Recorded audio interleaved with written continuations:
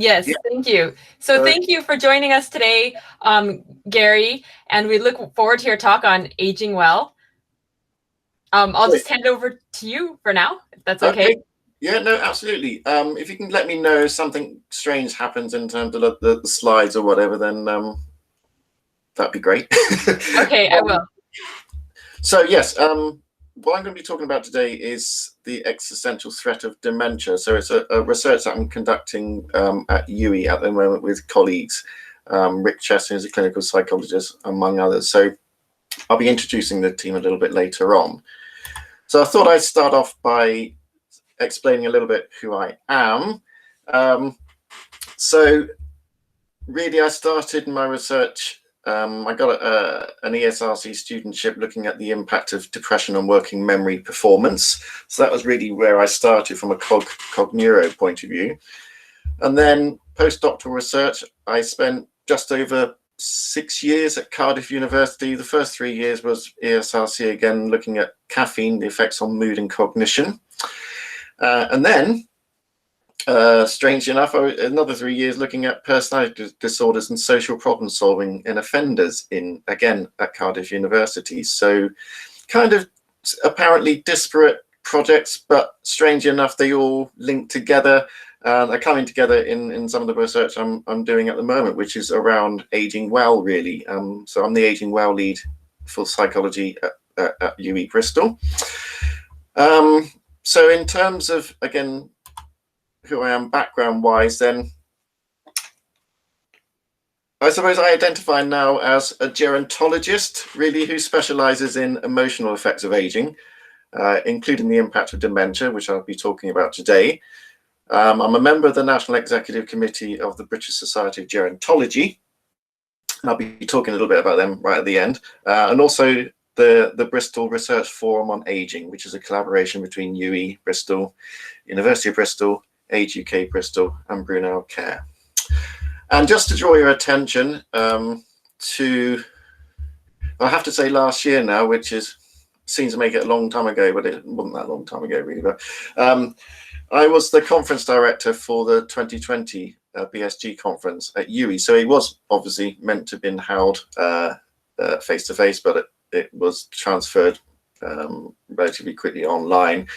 I just wanted to pick it, talk about it really briefly, just to say that we did focus on dementia-friendly communities, housing, and co-production. So there was quite a lot of sessions that are available online, and if you're interested in that area, it's really worth dipping into. And we had some great keynote speakers, and one of them was Meredith Minkler from University of California, Berkeley, and she talked about controversial issues around end-of-life care and she kind of talked about it in a very personal way. So that was really worth listening to those. They're quite short, they're interview-based presentations.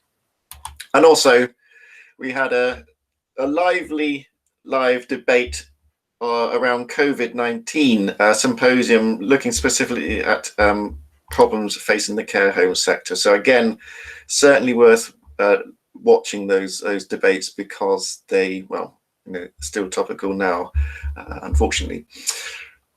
And finally, someone at some point will have to buy this. So I've written a book on aging. It came out about 2 or 3 years ago now, maybe more than that, possibly.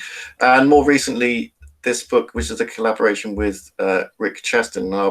It's largely what I'll be focusing on for the talk today, and this is some of the most recent papers. I also thought I'd quickly put out a little plea. I'm currently, for my sins, finishing off 2 books that's going to form part of a clinical series for Routledge, for which I'm series editor.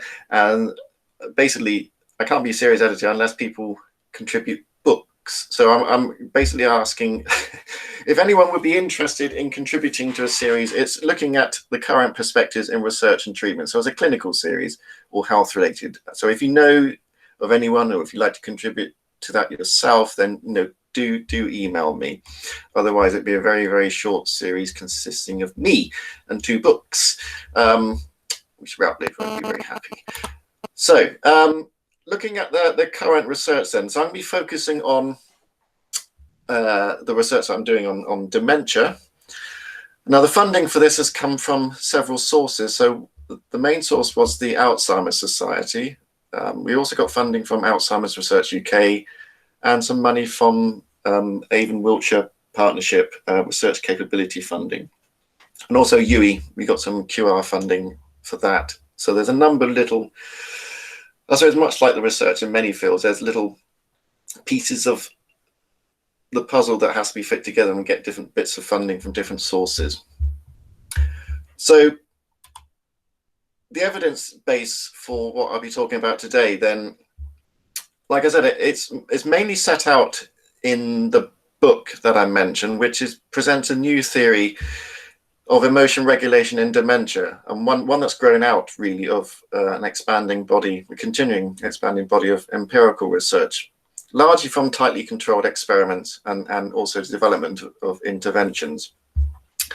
So in this research, we do collaborate with colleagues at University of Southampton, and I'll be referring to them as well in this talk.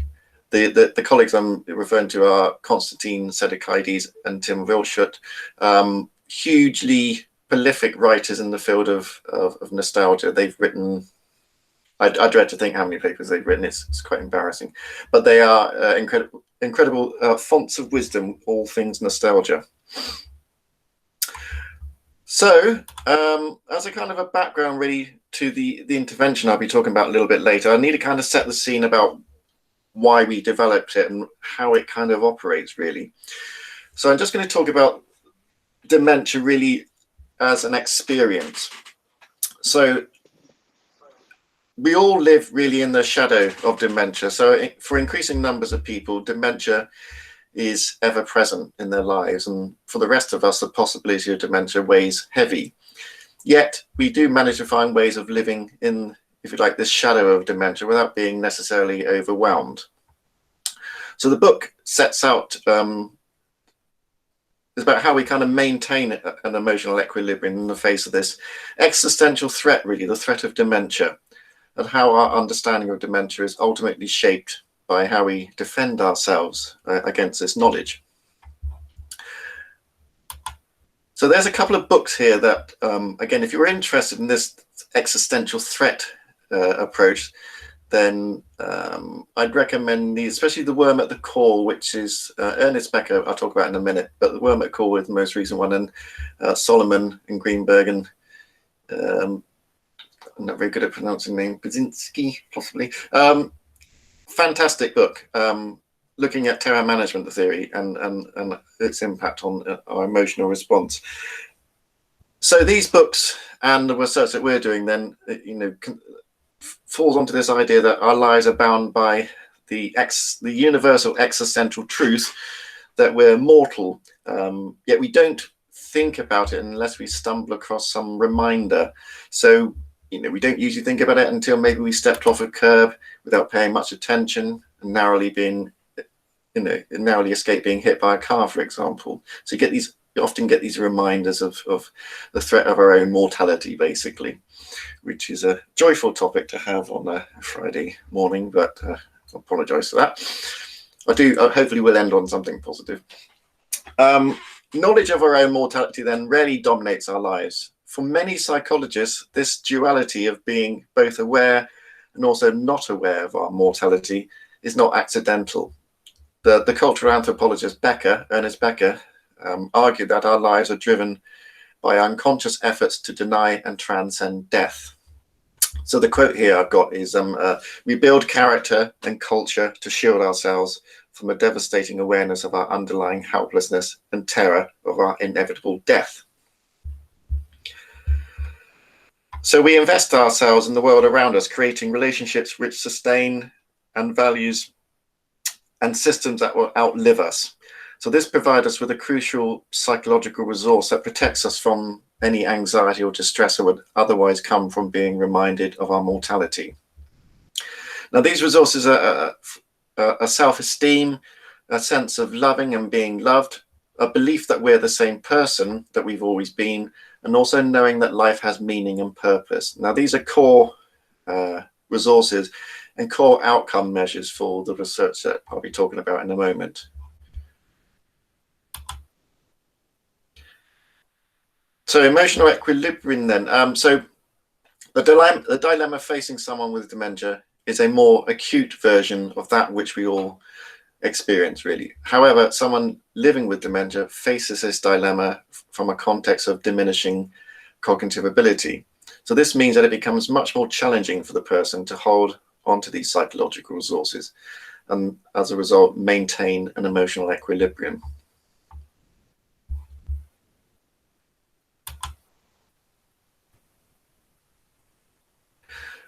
So an explicit existential narrative has until now been mostly absent in the dementia care literature. Although there is a growing body of research around how best to deal with palliative care needs of people with dementia, the inevitability of gradual deterioration and impending mortality is somewhat the elephant in the room in terms of dementia care. So we all know that dementia involves this deterioration, but we struggle to find words to talk about it. And also, when we talk about sort of spouses and carers, these conversations are very difficult things to have. People don't know what they talk about or what they want to talk about. So that's, I'll come back to that in a minute when we talk about the nostalgia intervention. So a decline in our ability makes it even more important to cling on to things like self-esteem. We know also that people strive to make sense of dementia, even though by doing so, they do face being overwhelmed by the very condition with which they're trying to come to terms with.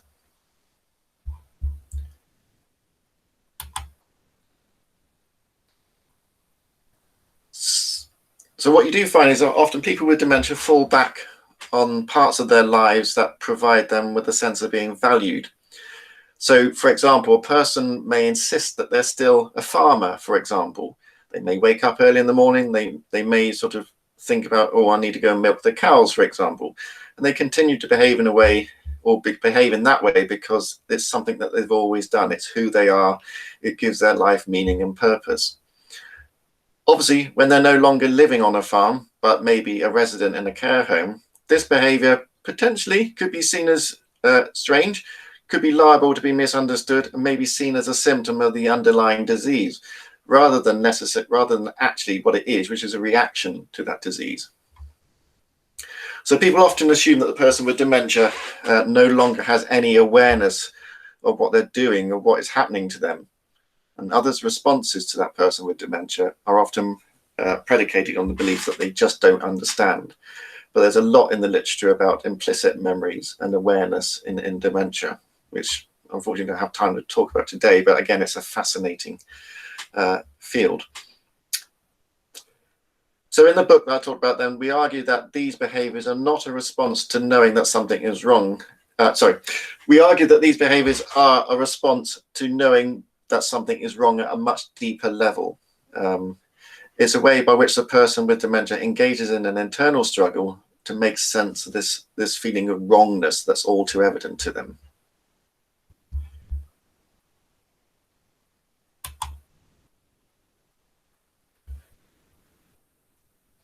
So when people living with dementia appear to behave as if they do lack all insight into their condition, it is really due to a complete lack of insight. Instead, they wrestle with that awareness at an implicit, unconscious level.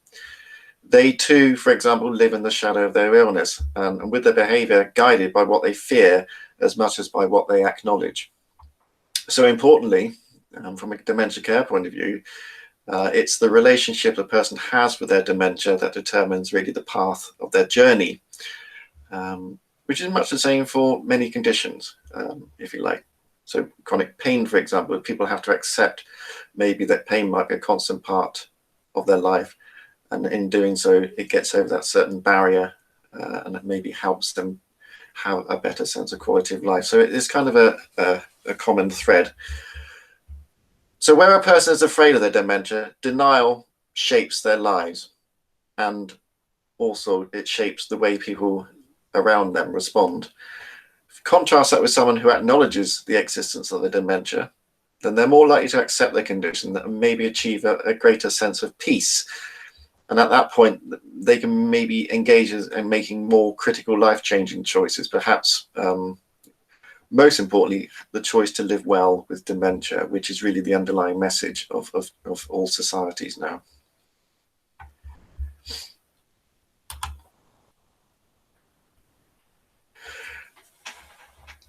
So most people who live with dementia then find a way to accommodate these various changes. They allow themselves to be looked after and gradually let go of even the most precious aspects of their lives. And these people seem to find a way to live quietly alongside the difficulties that they experience. For those of us who are not living with dementia, then working or living with people who have it conjures again a form of existential threat. We face the possibility that this illness will affect our lives at some point. And so, if you like, our psychological equanimity is justifiably threatened. We too live in the shadow of dementia.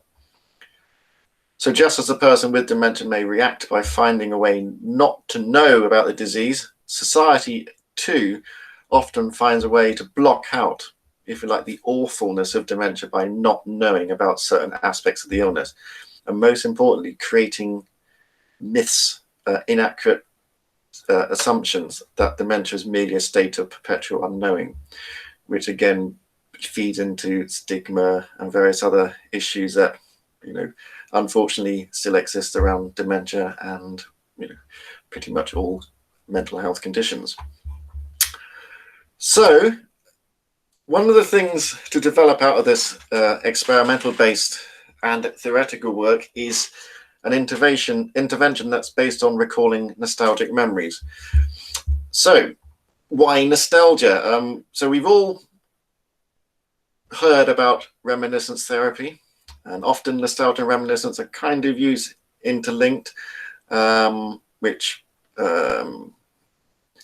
is unfortunate really, because they are quite distinct terms. And also nostalgia, if you look at the history of nostalgia as an entity or as a concept, it's got a huge history. It used to be seen as being a really negative, almost like a mental health condition, whereas now it's seen as being more of a positive thing. But again, if you're interested in that, I can do feel free to contact me and point you to huge numbers of sources around nostalgia.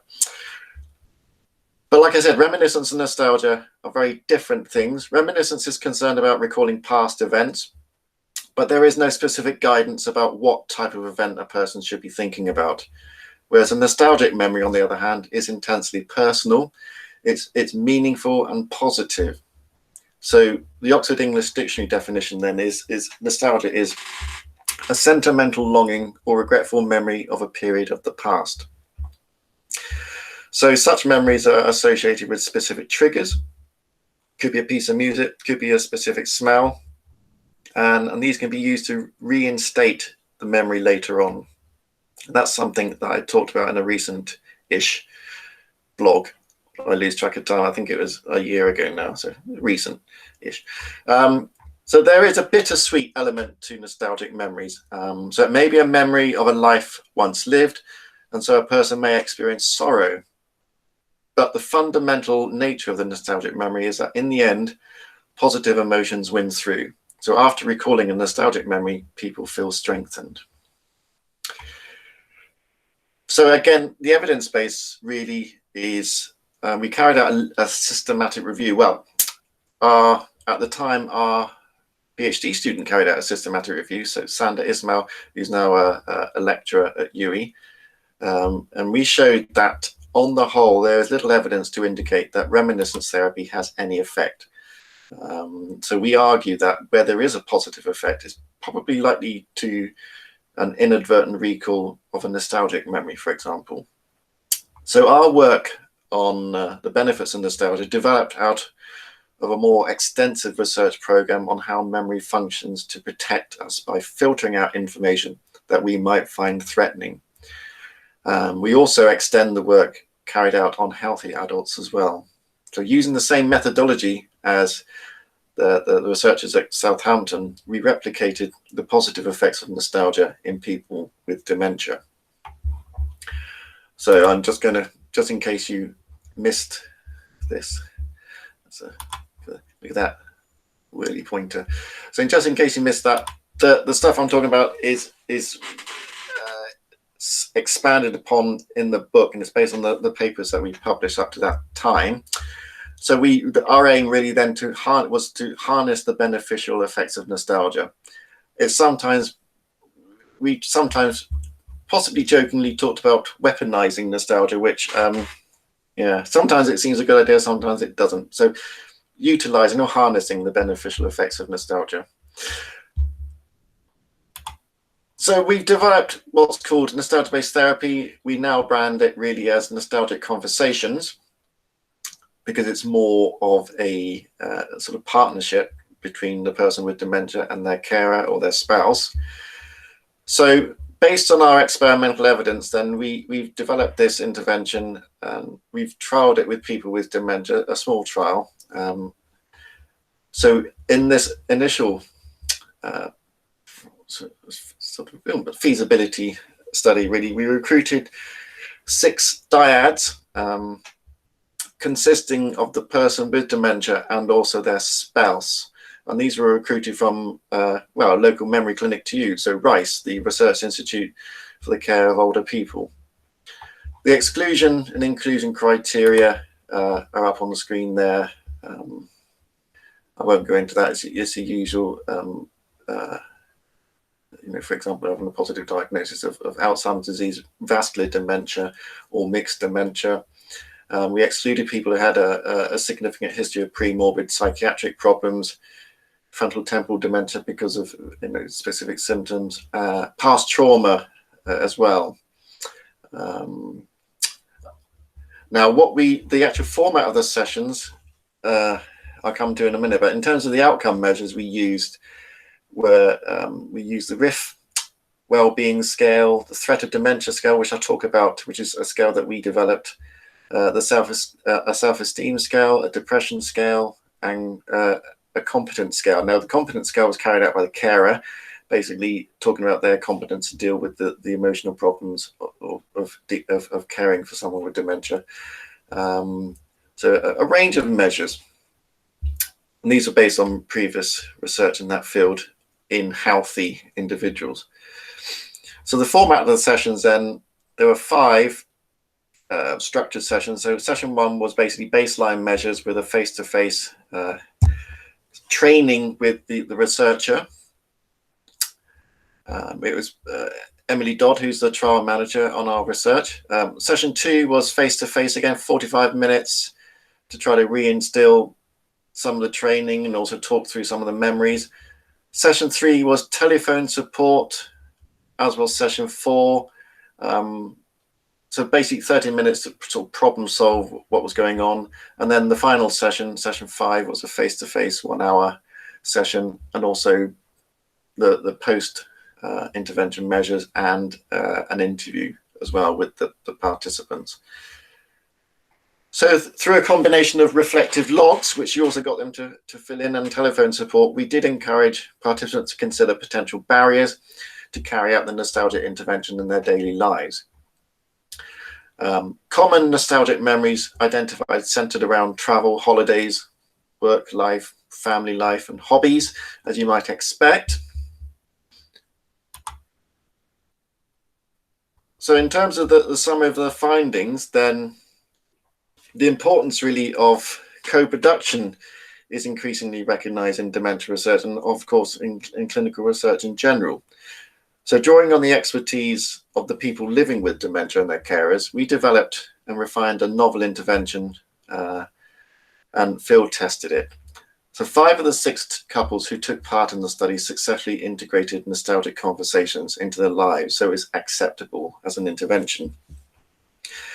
And they felt it was really helpful to draw on the combination of face-to-face and telephone support.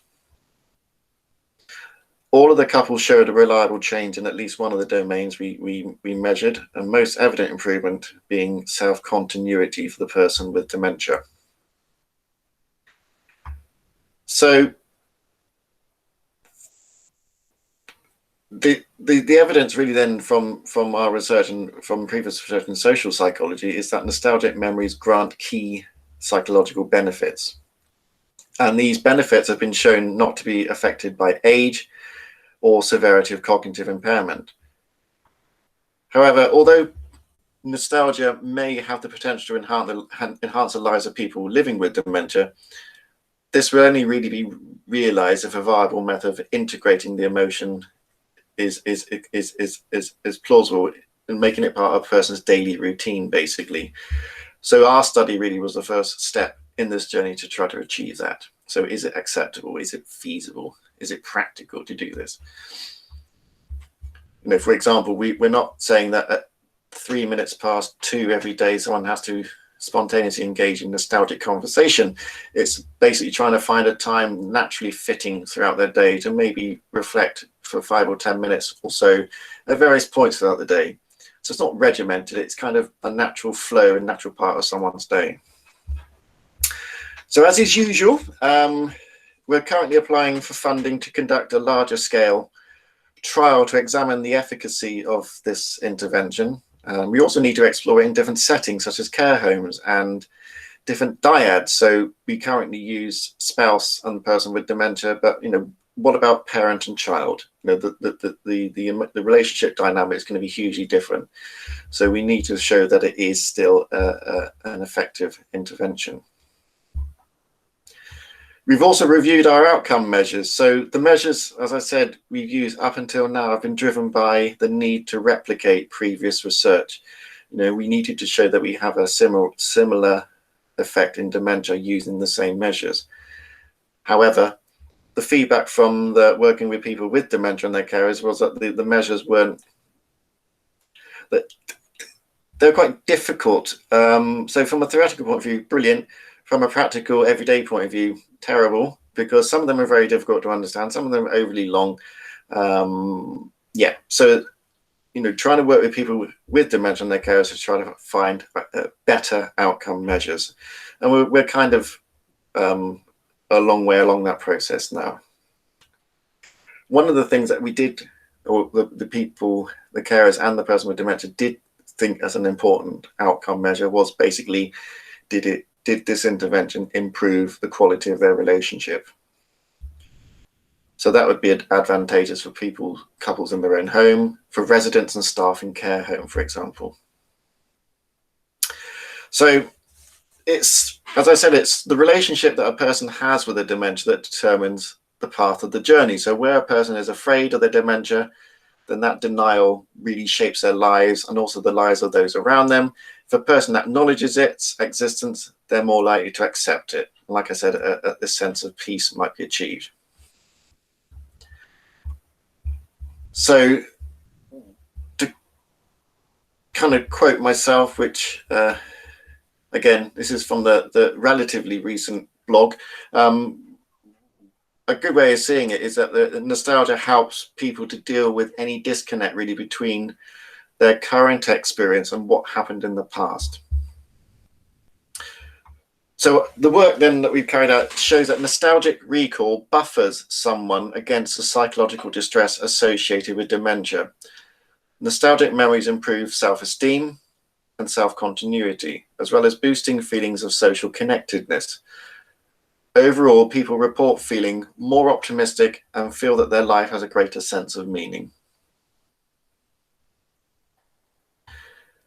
The benefits of an intervention based on nostalgia are that basically it's something that everyone can participate in and also gain benefit from. So it's truly inclusive in that sense. It doesn't require a great deal of time, doesn't require a great deal of effort, just needs to be embedded in daily routine, become natural.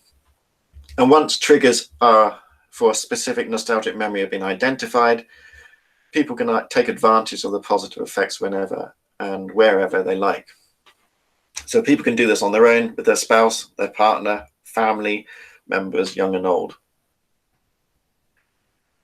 So believing in oneself, knowing that we're the same person regardless of our health, being surrounded by people that we care about, feeling optimistic and knowing our life has meaning is central really to living well with dementia. So before I just talk about something else in a moment, which is about the measure that we developed, just before Christmas, I had an email, which is one of those emails, I think it's one of those strange phishing emails. So, but it was a legitimate email, which is nice. So I was interviewed for a piece in The Guardian just before Christmas, like I said, and the article concerned listening habits during lockdown. So there was a recent paper, and I completely forgotten who the author for this paper is, but it's looking at playlists, Spotify playlists.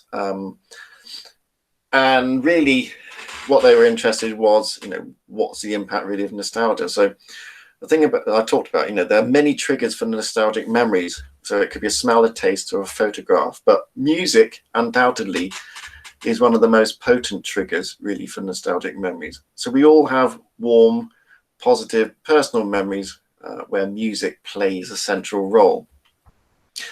And music has been described as an all-brain phenomena, which sets emotion activity across many regions of the brain.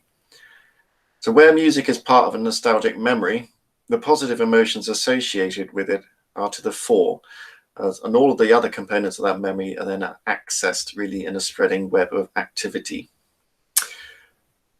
So when we feel threatened, be it due to illness or global event, falling back on familiar things, and in particular memories that make us feel nostalgic, can only be a good thing. And as we've seen, music plays a central role in that sense. So to get the maximum effect, the piece of music should be tied to a specific nostalgic memory, which is different from generic playlists, such as might be used, say, for reminiscence purposes. So it's your personal connection to a piece of music that provides a benefit, as well as the other aspects of memory that makes you feel nostalgic. And there's also the fact that nostalgic memories involve other people we care about. So at a time such as this, when social contact is restricted, bringing to mind memories or such memories, we can mentally relive happier times with people we care about. Okay, so I'm just going to move on a little bit and talk about something else that developed out of the research. Now, this was a creation of the threat of dementia scale, or TODS. So in the book, I did mention a few times, we suggested that contact with people living with dementia may promote an awareness of a person's own mortality and the inevitability of aging and ultimately death. Evidence indicates that contact with older people with dementia can serve to remind younger people of the inevitability of aging and, by extension, of their own mortality. Even thinking about dementia is associated with heightened accessibility of death-related thoughts. So death threat accessibility is some of the research that's carried out in this area. And also increased levels of death anxiety. Similarly, fears about developing dementia oneself intensifies really as you grow older or gain personal experience of dementia. So it could be caring for a relative living with the illness. To reduce the anxiety that contact with dementia and, by extension, fears of our own mortality may induce, people draw on different strategies. So for younger adults, they may avoid the company of older adults, or they characterize older adults as being forgetful, incompetent, unproductive. In other words, being unlike younger adults' representations of themselves. So this distancing approach. So ageist attitudes such as these forms of distancing serve to protect the self really from anxiety that would otherwise arise from being reminded of the inevitability of illness, aging, and mortality. So although younger people may reduce their anxiety by distancing themselves from older people living with dementia, these strategies may become less effective as people age. As a result, they may need to draw on other psychological mechanisms to reduce their exposure to anxiety. So along these lines, we have shown that older but not younger participants recalled fewer highly negative statements about dementia when these were directed at them rather than being directed at another person. So in one of our earlier studies, we looked at this form of selective forgetting that's termed the mnemic neglect effect. And again, Sedekides at Southampton has produced a lot of papers on this in typically aging adults, mainly students. So we replicated this effect in dementia. So this selective forgetting, this mnemic neglect effect, acts to decrease the level of anxiety that would otherwise arise from these proximal threats to the self. So proximal and distal threats are part of the terror management model, which, like I said, I haven't really got time to go in today, but it is fascinating. And there is a recent paper, I think it was only published in the last month, looking at terror management theory and people's reaction to COVID. So I haven't read it myself, so I will be reading that this weekend. So I urge people to do so as well. It's by Solomon and the same authors as Worm at the Core. So there's strong evidence suggesting that contact with dementia, either through providing care for someone or maybe reading about it, represents a psychological threat to self-functioning and activates the use of strategies to reduce anxiety. So in that sense, distancing strategies may assuage or minimize the existential threat that old age and dementia represents to younger generations, while a process of selective forgetting enables older people to negate some of the anxieties arising from some of the more self-threatening aspects of dementia. So if researchers really are to understand better the psychological processes underlying people's response to dementia, they ought to be able to determine the extent to which dementia is experienced as a threat. So before TODS, pre-TODS, there was no reliable way to measure the existence of dementia threat. Although it's possible to measure someone's fear of developing the condition, there's a scale, FADS, the fear of Alzheimer's disease scale. These two constructs relate to distinct psychological processes. So for example, it's possible to have relatively little fear of developing dementia, whilst also experiencing the potential impact of the illness on oneself as very threatening. So whereas the former, the anxiety, relates to an enduring concern, the latter, threat, is more situation specific. So the aim of developing TODS was to provide a means of assessing the level of threat that dementia represents to self, and therefore open up possibilities for research into social attitudes to dementia. So I just want to quickly talk about generating the statements. Just looking at the time very, very quickly. The statements are initially generated from a series of online materials, Alzheimer's Society, NHS Choices, that are basically read by people with dementia and also the general public. And we try to find aspects that fitted with, say, Kitwood's model of person-centered care around personhood and sort of diagnostic aspects of the condition and behavioral aspects of the condition. I'm just skipping this a little bit because I'm conscious of the time. The actual TODS scale, then, what we did find, we found in analysing it, we found a single factor solution of 13 items assessing the threat of dementia to well-being. And we also looked at the construct validity by comparing it, looking at relationships between TODS and, for example, a scale of ageism, the fear of dementia scale, which I talked about, and also hospital anxiety and depression.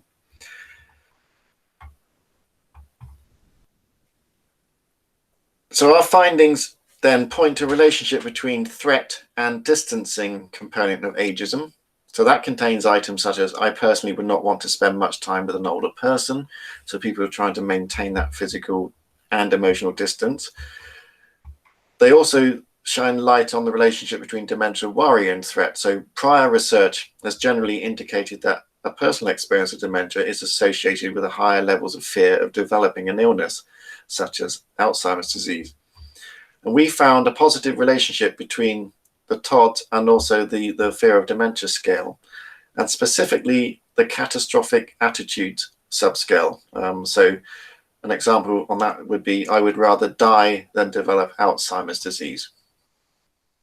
So although the fear of Alzheimer's disease scale was significantly correlated with anxiety, scores on TOD was not associated with anxiety. So these findings support the argument that TODs and FADs, the fear of dementia, are separate but overlapping constructs. So where a person's fear of developing dementia, their dementia worry, is related to anxiety levels, the extent to which the self is threatened by dementia is only predicted by the extent to which the person catastrophizes about the risk of having dementia themselves.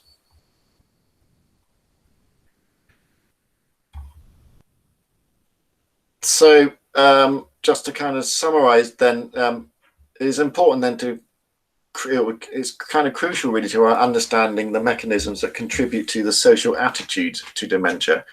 So until now, the role that dementia threat plays in this process has been largely neglected. The development of a psychiatrically sound measure of dementia threat will enable then the exploration of how personal experience of dementia, age, gender, ethnicity contribute to a wider social attitudes to people who are living with the condition. So an improved understanding of these processes may contribute towards a more nuanced approach to developing some of the dementia-friendly communities that we all hear about. Okay, so let me move on to that one. I thought I'd end also with my gerontology hat on, because we talked about issues of stigma among other things. So I just wanted to talk about ageism in particular, which is one of the things that we correlated with the Todd scale. But so I wanted to end by drawing attention really to some of the ageist assumptions that are socially ingrained at the moment. So it's something that we need to fight against in terms of assumptions that older adults are a burden, and instead we need to embrace really that the age group's diversity.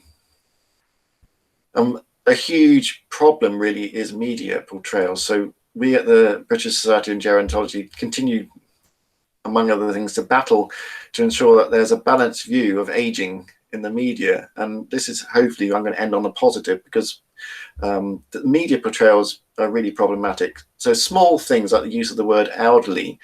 So the elderly is really seen as a pejorative term. It's no longer really an accepted term.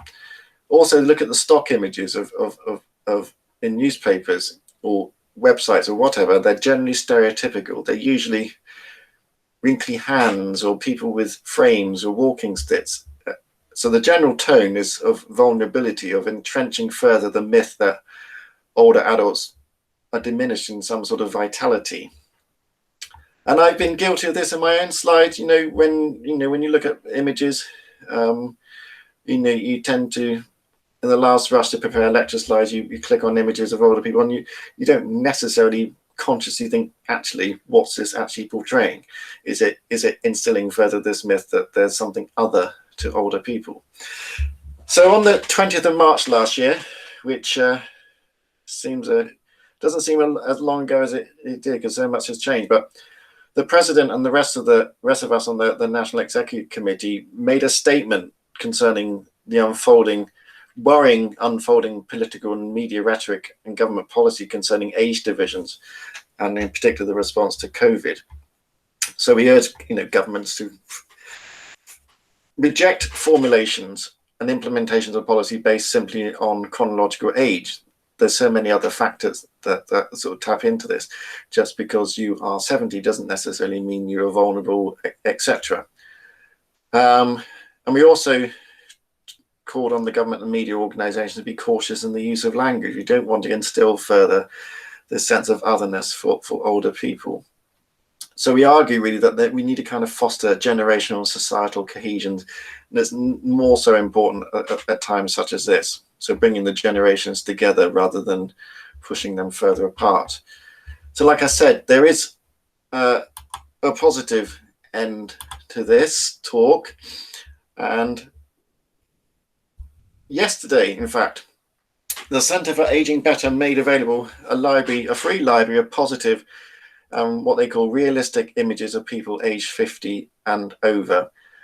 So hopefully, out will go the stock images of wrinkly hands, or at least I hope so. At least the society hopes so. So I should be drawing on this resource for lectures and stuff like that. So if you're interested and you do stuff around that, just be aware that this resource is now available. Okay, so I think I shall tend to, let me stop sharing. Let's see if you have any questions.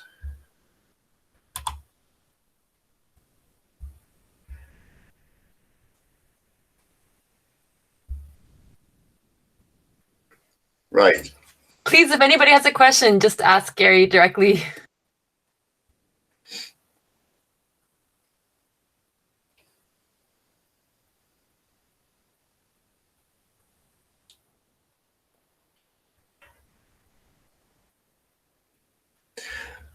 If you can just, I know you're probably all online trying to buy this book now, so if you can just pause if you've got any questions. We might be downloading images.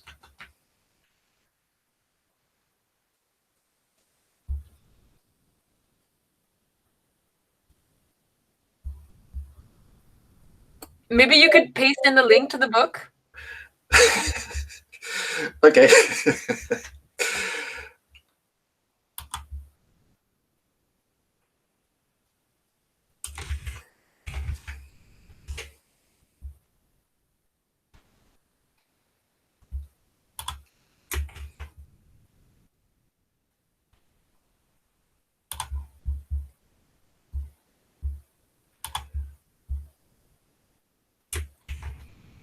There you go.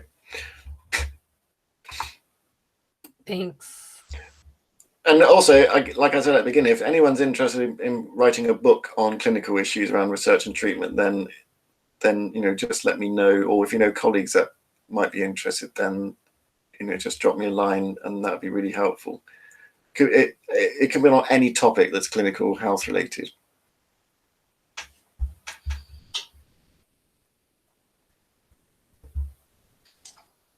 Can I ask a quick question? Since hello, hi, thanks for the talk. It was brilliant. Yeah, that's an interesting effect of nostalgia. Any ideas about the mechanisms behind the benefits? Because I can see aspects of nostalgia that, logically thinking, I would think they might be negative. For example, like disengaging from reality. Perhaps, I don't know. I'm making stuff up here, but how would it work? Well, there's but underlying all of the nostalgia intervention work, I kind of talked about the terror management approach, which is something which is a huge session on its own, really. So there's this idea that basically, if we see information, say for example about dementia, that we see as being threatening to ourself and to our core aspects of ourselves, then what we found is that people tend to selectively forget that information. This is that mnemic neglect effect. So you push that information really out of your conscious mind because it's too challenging to deal with. So what we found was that, and this is, like I said, we replicated some of the earlier studies with healthy participants, and we replicated the effects in dementia. And what we found, that nostalgia basically acts to buffer that sense of threat. So people who maybe push this negative, threatening information out of their mind, if they're given, say for example, a nostalgic mood induction, then they feel their mood is more positive, their self-esteem improves, and therefore it kind of counters this negative sort of selectivity of memory, so people can engage with that more threatening information without them actually feeling distressed.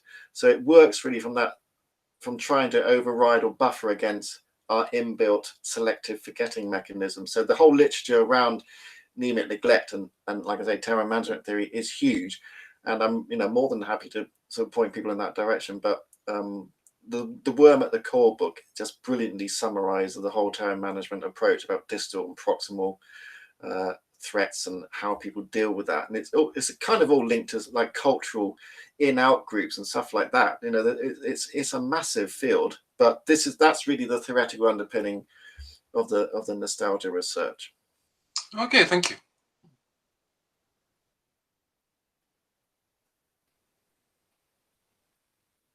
Any other questions? I'm always happy to have, if you wanted to email me as well, then I'm always happy to respond or send links or whatever. And also, I must say that the Southampton site, again, I've kind of forgotten the name, but if you Google Sedekides, Constantine Sedekides, they have huge resources there on the stuff that they've done. They've written huge amounts on nostalgia, and it is a fascinating cultural concept as well. You talk about homesickness and things like that. It is a really interesting area, actually. Stunned silence. Yeah, I think it's been a long week. Well, tell me about it. I yesterday, I kind of, I was in denial myself about this morning, because yesterday I was an external examiner for Vive, and it went on for over 5 hours.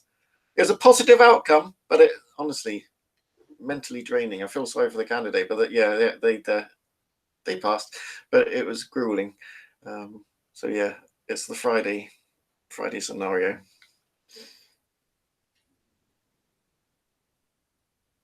Well, since it's rather quiet, I think I'll stop recording now. Thank you so much for your talk. It's great to have you. No, it's been great. Thank you very much. Thank you for the opportunity.